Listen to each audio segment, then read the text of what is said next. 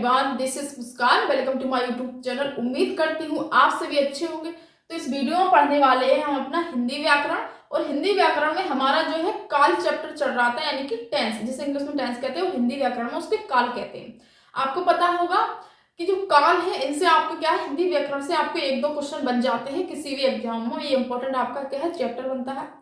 तो इससे पहले दोस्तों मैंने कई सारे आपको हिंदी व्याकरण में चैप्टर पढ़ा दिए, जैसे कि मैंने वर्णमाला पढ़ा दिया है, मैंने आपको संज्ञा पढ़ा दी है, मैंने आपको सर्वनाम पढ़ा दिया है, क्रिया भी पढ़ा दी है, विशेषण भी पढ़ा दिया है, वचन भी पढ़ा दिया है, एंड आपका क्या है, जेंडर यानी कि लिंग भी पढ़ा दिया। तो काफी हमारे चैप्टर्स हो गए हैं हिंदी व्याकरण में। तो यदि आप उत्तर प्रदेश दरोगा एंड आपका कहीं यूपी प्लस आप एसएससी जीडी के लेवल की क्या है तैयारी करना चाहते हो, तो आप हमारे साथ जुड़कर हिंदी व्याकरण आप क्या है कंप्लीट तरीके से पढ़ना चाहते हैं।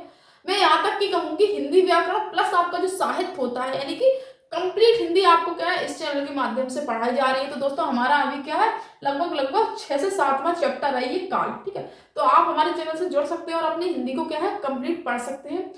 तो चलिए हम वीडियो को करते हैं शुरू बिना किसी देरी की। दोस्तों यदि आप इस चैनल पर नए आए हैं तो सब्सक्राइब कर लीजिए, यदि आपको थोड़ा सा भी क्या है आपको यूजफुल लगे तो। ठीक है, तो चलिए वीडियो को करते हैं शुरू। देखो हिंदी व्याकरण में हमारे काल चल रहे थे, काल में हमने अपना वर्तमान काल पूरा खत्म कर लिया था। ये हमारी दूसरी वीडियो है काल में, कह सकते हैं दूसरा है हमारा, दूसरी वीडियो है काल में। तो अब हम इसमें पढ़ेंगे भूतकाल। वर्तमान काल हमने पूरा पढ़ा दिया था जो कि 5 प्रकार का होता है। आज हमारा भूतकाल है। भूतकाल हमारा बेसिकली 6 प्रकार का होता है। पहला भूतकाल है हमारा, पहला प्रकार है भूतकाल का, वो है साधारण भूतकाल। क्या है? साधारण भूतकाल। ये है हमारा पहला प्रकार, 6 प्रकारों में से पहला प्रकार है हमारा साधारण भूतकाल। क्या है? साधारण भूतकाल। अब इसकी क्या है, कैसे इसको समझेंगे कि ये साधारण भूतकाल है। ठीक है, तो यहाँ पर क्या है, इसमें समय का पता नहीं चलता। आप बस ये समझ लीजिए पहचानने के लिए है, क्योंकि आपको पता है परिभाषाएं एग्जामों में नहीं आती हैं। अब इसमें केवल उस तरीके से एग्जाम में पूछे जाते हैं जो कि आपको क्या है यूजफुल, परिभाषाएं आपकी नहीं आती। तो समय का पता नहीं चलता, इसमें क्या है समय का पता नहीं चलता। अब देखिए साधारण भूतकाल का मतलब क्या है, सिंपल पास्ट की बातें होंगी इसमें। जैसे कि एग्जाम्पल से समझते हैं। मैंने कहा वह स्कूल गया, मतलब वह स्कूल गया। एग्जैक्टली उसने टाइम नहीं दिया कि वो कितने टाइम गया, सुबह गया, दोपहर गया, शाम गया, लेकिन क्या है कंप्लीट टाइम हो गया। तो वह स्कूल गया कहने का मतलब वो जा चुका है। तो पास्ट में तो चला गया है टेंस, कहने का मतलब क्या है भूत में तो चला गया कि वह स्कूल गया, लेकिन समय का पता नहीं है। तो इस प्रकार के क्या है वाक्य को हम कहते हैं साधारण भूतकाल। ठीक है, तो वह स्कूल गया, तुमने खाना खा लिया। क्या है? लिया। तो इस प्रकार के क्या है आते हैं इसमें। उसने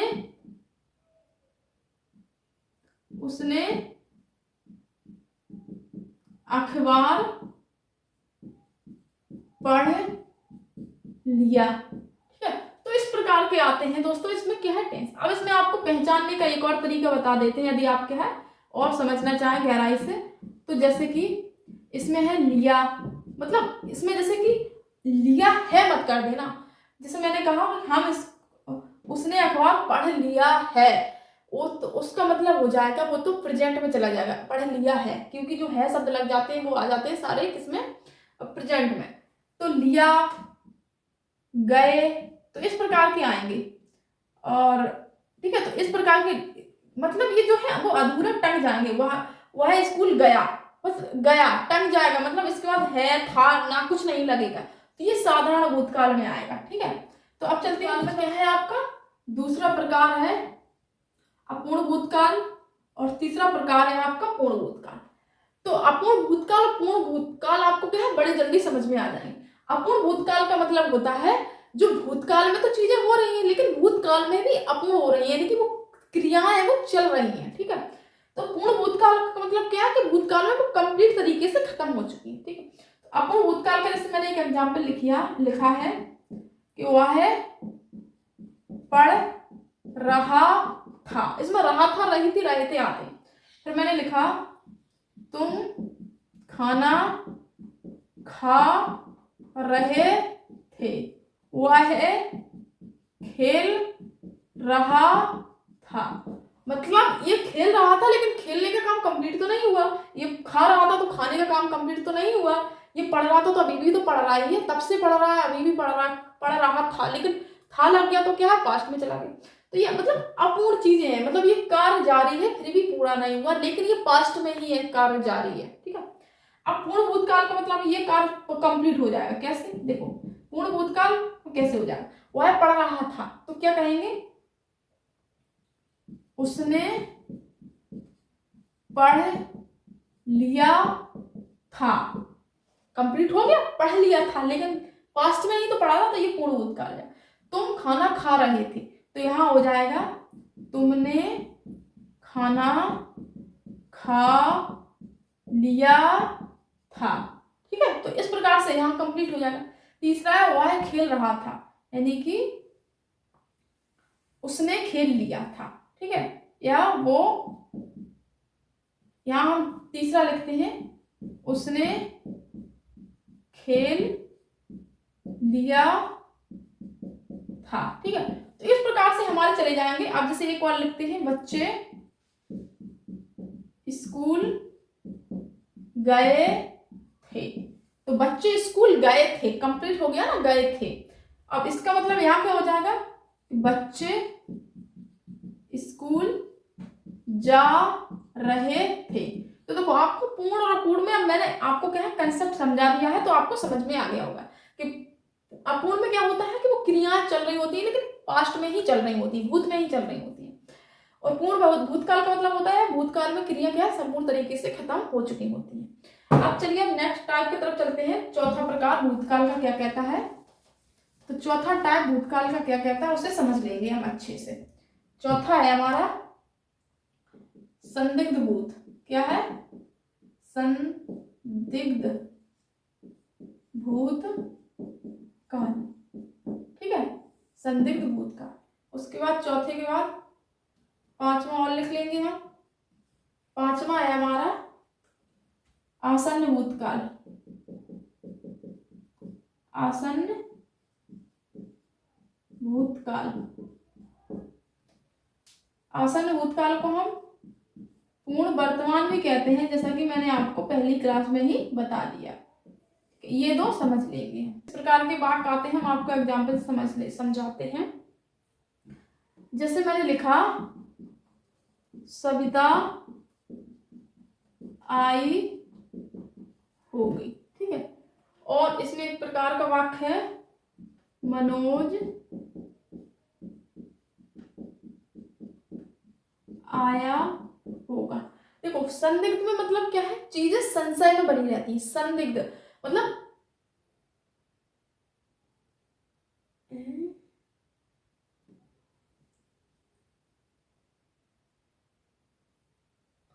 देखो संदिग्ध का मतलब क्या है, चीजें संशय में बनी रहती है और चीजें संदेह में बनी रहती है। हमें क्या है पूर्ण तरीके से नहीं पता होता है, लेकिन जो क्रिया है वो क्रिया हमारी क्या है भूतकाल में ही हो गई होती है। ठीक है, अब जैसे कि समझ लीजिए मैंने कहा कि सविता आई होगी। आई होगी मतलब सविता वहां आई होगी लेकिन मुझे पता नहीं है, लेकिन वो आई होगी, कभी आई होगी लेकिन वो आ चुकी होगी, इसका सब तात्पर्य है ये। मनोज आया होगा, तो संदिग्ध का मतलब चीजें संदेह में रहती हैं। ठीक है, तो जैसे मैंने कहा है तुमने लिखा होगा। अब जैसे कि मान लीजिए किसी का एग्जाम हुआ, तो कोई क्वेश्चन है, जैसे नॉर्मली कोई व्यक्ति बात करने लगा, कोई क्वेश्चन है, तो उसने कहा कि ये 6वां प्रश्न नंबर था, इससे मुझे नहीं आया है। तो फिर उसने कहा कि तुम्हें इसका आंसर आया होगा, मुझे तो नहीं आया लेकिन तुम्हें शायद हो कि इसका आंसर आ गया होगा। तो इस प्रकार के जो वाक्य हैं, मतलब एग्जाम भी हो गया है, अब दो व्यक्तियों के बीच में बात भी चल रही है और वो ये कह रहा है कि मुझे इस प्रश्न का उत्तर नहीं आया। अब वो उससे ये बोल रहा है कि शायद तुम्हें इसका उत्तर आ गया होगा, तभी तो तुमने उस प्रश्न को किया होगा। तो ये चीजें तो भूत की, क्योंकि एग्जाम भी हो गया, सब हो गया, तो भूत में तो चीजें चली गई, लेकिन सविता आई होगी। जैसे मान लीजिए कोई एग्जाम है 6 तारीख को, अब 6 तारीख के बाद एग्जाम के बाद 10 तारीख है मान लीजिए आज। अब 6 तारीख में कोई व्यक्ति दो बात कर रहा है, वो उसने कहा होगा कि सविता आई होगी उस एग्जाम में, तो सविता आई होगी, मनोज आया होगा। तो इस प्रकार से दोस्तों क्या ये चीजें तो भूत की हैं, लेकिन आपको क्या लगेंगी नहीं, आपको लगेगा ये उसमें फ्यूचर की चीजें हैं क्योंकि गागी ये मिलेगा नहीं। तो इसमें आप इसका आशय समझिए कि सविता आई होगी, मनोज आया होगा, तुमने लिखा होगा, तो ये चीजें भूत की है, लेकिन कौन सा भूत है, ये संदिग्ध भूत है। ठीक है, अब आते हैं आसन्न भूतकाल, ऐसे आप पूर्ण वर्तमान भी कहते हैं। बीते समय में, ठीक है, निकटता का बोध होता है। इसमें क्या होता है, बीते समय में निकटता का बोध होता है, निकटता का बोध होता है। ठीक है, बीते समय में निकटता का बोध होता है। जैसे मैंने लिखा है यहाँ पर, गीता ने अखबार पढ़ा है, गीता ने अखबार पढ़ा है। देखो, ये पूर्ण वर्तमान काल का मतलब क्या होता है कि वर्तमान में चीजें कंप्लीट हो गई। गीता ने अखबार पढ़ा है, लेकिन इसे आसन्न भूत भी कहते हैं। तो इस प्रकार से आपको कंफ्यूज नहीं होना कि है लगा तो ये प्रेजेंट में चला जाएगा, लेकिन इसे हम आसन्न भूत भी कहते हैं क्योंकि बीते समय में निकटता का बोध होता है। गीता ने अखबार पढ़ा है, जैसे कि कोई व्यक्ति है अभी अभी किताब पढ़ के बैठा है, तो यही तो कहेंगे भाई कि तुमने ये किताब पढ़ी है, क्योंकि मतलब इसका ये निकलता है कि आप पढ़ चुके हो इस किताब को। तो इसलिए इसमें हम पास्ट भी लगा देते हैं, लेकिन चूंकि ये क्रिया अभी अभी हो रही है तो इसे हम पूर्ण वर्तमान काल भी कहते हैं। तो इस प्रकार से ये दोनों इसमें हो जाते हैं। ठीक है, जैसे एक एग्जाम्पल और लेते हैं, सोनू विद्यालय गया है, सोनू विद्यालय गया है, मतलब कोई व्यक्ति है, कोई बच्चा है सोनू नाम का, तो वो अभी अभी विद्यालय गया, लेकिन वो जा चुका, जाने का काम तो कंप्लीट हो गया, तो वो भूतकाल में भी आ गया। लेकिन पूर्ण वर्तमान भी हुआ, मतलब वर्तमान काल का जो समय है उसका भी कार्य पूर्ण हो गया। तो ये वर्तमान का भी समय था जो कि अभी अभी बीता है। अभी अभी बीतने का अंदर सेंस क्या है कि बीते समय में निकटता का बोध, समय भी बीत गया लेकिन ये लग रहा है जैसे कि अभी बीता हुई है। तो इस प्रकार से ये पूर्ण वर्तमान और आसन्न भूतकाल भी इन दोनों को कह सकते हैं। क्या है इसका, हेतु मद भूतकाल। छठवां प्रकार है हेतु मद भूतकाल। हेतु मद भूतकाल, इसमें क्या होता है, इसमें आपको हमेशा दो उपवाक्य मिलेंगे। क्या, दो उपवाक्य क्या होते हैं, दो मतलब सेंटेंस जोड़ने का काम करता है, दो अपवाक्य मिलेंगे, ये आपको पहचानने के लिए बता रहे हैं। ठीक है, जैसे कि मैंने कहा, यदि तुम, एग्जाम्पल से समझो बढ़िया, यदि तुम पढ़े होते तो पास हो गए होते। देखो, होते चीजें पास्ट की हैं, मतलब भूतकाल की हैं। यदि तुम पढ़े होते तो पास हो गए होते। जैसे मान लीजिए आप, यदि इस समय आप इंटर में हैं और क्लास 8 की बात करें, नहीं, यदि आप आज फेलियर है, मान लीजिए आपने क्लास 10 पास नहीं कर पाए तो आप फेल हो गए, तो अब जैसे कोई किसी के पेरेंट्स से वो कहते हैं यदि तुम क्लास 10 में पढ़े होते तो तुम पास हो गए होते। तो इस प्रकार से हेतु मद भूत में क्या होता है, ये भी हेतु, तो जो मान लीजिए जब दो हेतु मिल रहे हैं तो ये क्या है, दो वाक्य जोड़ने का काम करेगा। आगे है आपका, यदि मन में भटकाव ना होता तो नौकरी मिल गई होती। यदि मन में भटकाव ना होता तो नौकरी मिल गई होती। तो मतलब इसमें देखो, एक तो सेंटेंस है, यदि मन में भटकाव ना होता तो नौकरी मिल गई होती। ये जो तो है, इन दोनों को क्या है, जोड़ के रख रहा है। तो इस प्रकार से हेतु मदभाव दोस्तों इस प्रकार से आपका क्या है, कंप्लीट होता है। तो अब चलते हैं हम आपका क्या, भविष्य काल में। तो भविष्य काल के 3 भेद होते हैं बेसिकली। भविष्य काल, इसमें आपके 3 भेद होते हैं। कितने, 3 भेद है। भेद का हो या यहाँ पर प्रकार का हो। ठीक है, पहला, दूसरा। पहला है आपका सामान्य भविष्य काल। क्या है, सामान्य भविष्य काल। दूसरा है आपका संभाव्य भविष्य काल। संभाव्य भविष्य काल। ठीक है, संभाव्य भविष्यकाल और सामान्य भविष्यकाल। देखो, सामान्य भविष्यकाल का मतलब होता है जो चीजें आपकी साधारण भविष्य में होती, जैसे कि मैंने यहाँ कहा कि सीता खाना बनाएगी, राम पढ़ने जाएगा, मतलब सिंपल से वाक्य आते हैं। ठीक है, क्या आते हैं, जैसे कि कहा कि सीता खाना बनाएगी। ठीक है, फिर कहा राम पढ़ने जाएगा। फिर जैसे मैंने कहा कि हम नौकरी करेंगे, हम नौकरी करेंगे। ठीक है, तो इस प्रकार के जो सामान्य मतलब भविष्यकाल में होते हैं तो सामान्य वाक्य आपको मिलते हैं इस प्रकार से। ठीक है, अब जैसे कि संभाव्य भविष्यकाल का मतलब क्या होता है, यहाँ भविष्य में संभावना रहती है, ये आपके पहचानने का तरीका है बेस्ट। यहाँ भविष्य में क्या संभावना बनी रहती है,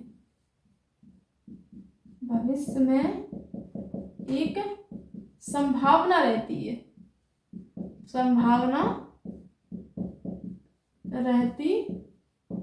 कैसे एग्जाम्पल समझते हैं, जैसे मैंने कहा, और इसमें हमेशा क्या शायद वाक्य आपको मिलेगा, शायद करके ज्यादातर। ठीक है, जैसे मैंने कहा कि शायद आज वर्षा होगी, अभी हुई नहीं है वर्षा, होगी, भविष्य में चला गया, लेकिन शायद तो मतलब संभव होगा। जैसे मैंने कहा शायद आज वर्षा होगी। ठीक है, तो इस प्रकार के वाक्य क्या संभाव्य भविष्य में आपके आते हैं। फिर मैंने कहा कि शायद वह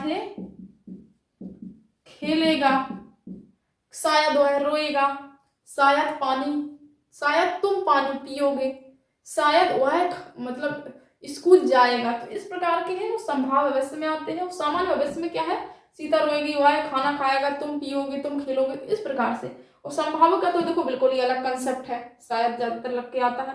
अब आता है आपका हेतु मद भविष्य। तीसरा प्रकार क्या है, हेतु मद भविष्य। ठीक है, हेतु मद भविष्य, इसमें क्या है आपका तीसरा प्रकार रहने वाला। अब इसमें क्या होता है, इसमें भी आपको क्या है दो उपवाक्य मिलेंगे जुड़े, लेकिन ये जो दो उपवाक्य होंगे ये भविष्य के होंगे। अभी मैंने हेतु मद भूतकाल बताया था ना, तो वो उसमें भी दो उपवाक्य जुड़े थे, लेकिन वो जो दो उपवाक्य थे वो भूतकाल के उपवाक्य थे। तो यहाँ क्या होंगे, दो उपवाक्य तो होंगे, लेकिन वो किसके होंगे, वो होंगे आपके क्या भविष्यकाल के होंगे। जैसे मैंने यहाँ पर कहा यदि वर्षा होगी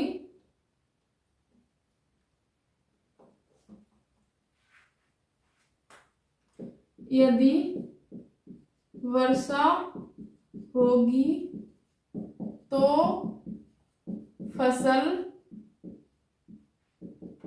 अच्छी होगी। क्या कहा कि यदि वर्षा होगी तो फसल अच्छी होगी। देखो, ना तो अभी वर्षा हुई ना अभी फसल हुई है, तो ये सारी चीजें भविष्य में जाती हैं। ठीक है, और यहाँ पर हेतु मद भूत बनाने का क्या नियम है, यदि वर्षा हुई होती तो फसल अच्छी हुई होती, मतलब फसल भी बिगड़ गई, वर्षा भी नहीं हुई। तो ये पास्ट की चीजें हैं, तो इस प्रकार से आपको इनमें क्या है अंतर करना होगा। तो ये भविष्य की चीजें हैं। ठीक है, जैसे एक एग्जाम्पल और है, यदि तुम पढ़ोगे तो सफल बनोगे। ठीक है, तो सफल क्या है, बनोगे। तो इस प्रकार से भी हमारे क्या है हेतु मद भविष्य में आ जाता है। अब एक चौथा प्रकार है जो कि आपका क्या है आ जाता है, इसमें आपको क्या आज्ञार्थक, इसे हम कह सकते हैं आज्ञार्थक भविष्यकाल। ठीक है, इसमें क्या होता है, इसमें आपको शब्द से ही पता चल रहा होगा जो भविष्य में है वो आज्ञा की वाली बातें हो रही होंगी। मतलब इसमें आज्ञार्थक वाक्य बोले जाते हैं, मतलब एक रिस्पेक्टली वाक्य बोले जाते हैं। जैसे मैंने कहा हमारे घर आइएगा। आइएगा, मैंने किसी से कहा हमारे घर आइएगा, भविष्य की चीजें लेकिन बड़े ही रिस्पेक्ट से बोली जा रही है, ठीक है। अब मैंने कहा कि आप बाजार जरूर जाइएगा, ठीक है। तो इस प्रकार से दोस्तों आज्ञार्थक में क्या होता है, ये चौथा प्रकार बन जाता है। बेसिकली इसमें 3 ही वेद होते हैं। तो दोस्तों आज हमारा क्या है, हिंदी व्याकरण में काल चैप्टर पूरा खत्म हो चुका है। मैंने पहला आपको बता दिया था हिंदी व्याकरण में काल, जिसमें हमने पूरा वर्तमान काल समझा दिया था। आज हमने पूरा क्या है, भूतकाल और भविष्य काल को समझा दिया था। अब हम कल चैप्टर शुरू करेंगे, आपका क्या कारक शुरू करेंगे, ठीक है। आपका लगभग 8वां चैप्टर शुरू होगा, ये कारक हिंदी व्याकरण में। तो चलिए दोस्तों, वीडियो कैसी लगी, वीडियो अच्छी लगी तो वीडियो को लाइक करें, चैनल को सब्सक्राइब करें। हिंदी पढ़ने के लिए आप किसी भी कंप्यूटर एग्जाम की तैयारी कर रहे हैं तो आप इस हिंदी को पढ़ सकते हैं दोस्तों। जय हिंद, जय भारत, मिलते हैं एक नेक्स्ट क्लास में।